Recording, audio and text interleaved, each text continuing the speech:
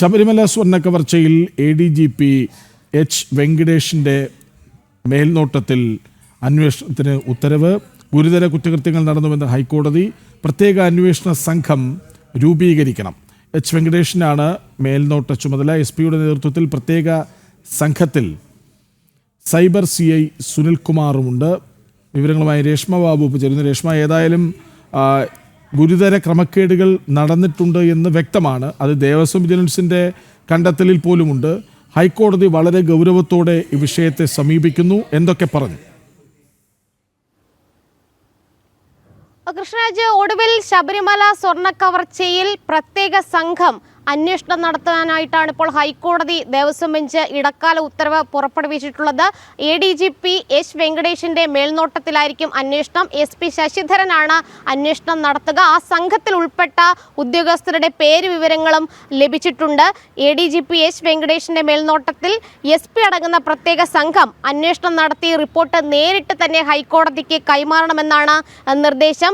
SP ശശിധരനെ കൂടാതെ Vakathanam CI Aneesh Joy, അതോടൊപ്പം തന്നെ Kaipamangalam CI Biju Radhakrishnan, cyber police സ്റ്റേഷനിലെ CI സുനിൽകുമാർ എന്നിവർ ഉൾപ്പെടുന്നതാണ് പ്രത്യേക സംഘം. ഈ പ്രത്യേക സംഘം 1 മാസത്തിനുള്ളിൽ അന്വേഷണം പൂർത്തിയാക്കി റിപ്പോർട്ട് കൈമാറണം. ഈ വരുന്ന വെള്ളിയാഴ്ച ദേവസ്വം വിജിലൻസ് ഒരു അന്തിമ റിപ്പോർട്ട് കൂടി ഹൈക്കോടതിയിൽ നൽകും. അതിനുശേഷമായിരിക്കും സ്വാഭാവികമായിട്ടും ഈ പ്രത്യേക സംഘം അന്വേഷണം ആരംഭിക്കുക. എന്തായാലും വലിയ രീതിയിലുള്ള വിമർശനങ്ങളും കുറ്റം പറച്ചിലുകൾ അല്ലെങ്കിൽ കുറ്റപ്പെടുത്തലുകളും ഹൈക്കോടതിയുടെ ഭാഗത്തുനിന്നും ഉണ്ടായിട്ടുണ്ട്.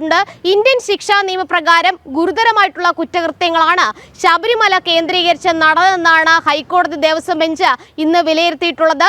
ദേവസ്വം വിജിലൻസ് പ്രാഥമിക അന്വേഷണ റിപ്പോർട്ട് സമർപ്പിച്ചിരുന്നു. ആ റിപ്പോർട്ട് കൂടി പരിശോധിച്ച ശേഷമാണ് ഹൈക്കോടതി പ്രത്യേക സംഘത്തിന് ഈ അന്വേഷണം കൈമാറിയിട്ടുള്ളത്. ഇനിയുള്ളത് ഈ ദേവസ്വം വിജിലൻസ് നേരത്തെ അന്വേഷണം നടത്തിയതിൽ ചില ക്രമക്കേടുകളൊക്കെ തന്നെ കണ്ടെത്തിയിട്ടുണ്ട്. അതായത് ശബരിമലയിൽ നടന്നത് കൃത്യമായിട്ട് പറഞ്ഞാൽ സ്വർണ്ണ കവർച്ചയെന്നാണ് ദേവസ്വം വിജിലൻസിന്റെ റിപ്പോർട്ടിൽ ഉള്ളത്. അതുമാത്രമല്ല 2019 ഈ പറയുന്ന സ്പോൺസറായിട്ടുള്ള ഉണ്ണികൃഷ്ണൻ പോറ്റി അന്നത്തെ ദേവസ്വം ബോർഡ് പ്രസിഡന്റിന് ഒരു ഇമെയിൽ സന്ദേശം അയച്ചിരുന്നു.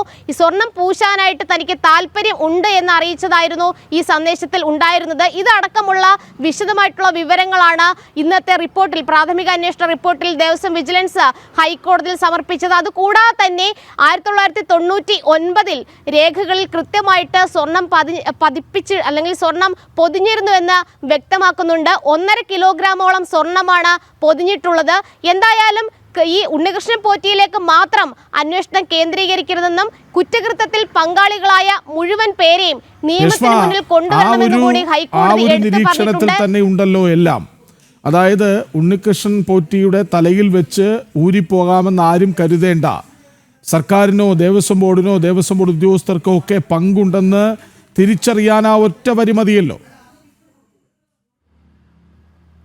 അതെ, നേരത്തെ തന്നെ ഹൈക്കോടതി പറഞ്ഞതാണ് ഉണ്ണികൃഷ്ണൻ പോറ്റിയിൽ മാത്രം കേന്ദ്രീകരിച്ച ഒരു അന്വേഷണത്തിലേക്ക് പോകരുത്, എല്ലാ വശങ്ങളും പരിശോധിക്കണം. അതായത് അത്തരമൊരു നിർദ്ദേശം വീണ്ടും ഹൈക്കോടതി ആവർത്തിച്ച് പറഞ്ഞിരിക്കുകയാണ്.